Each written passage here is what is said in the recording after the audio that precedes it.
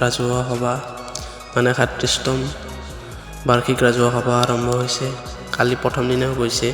আজি হোমযজ্ঞ তাতে আহিছোঁ। ইয়াত হোমযজ্ঞ খতমৰ পিছত ইয়াত মই ভাত খাবলৈ গৈছোঁ।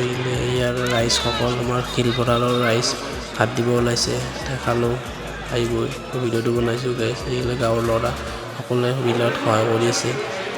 মই বিলত নাই দেই গাইছ, মানে ডাইৰেক্ট খাবলৈ লৈছোঁ। ডাইৰেক্ট লৈছোঁ ডাইৰেক্ট বহিছোঁ। মানুহ আহি আছে, মানে ঠাইৰ অভাৱ আৰু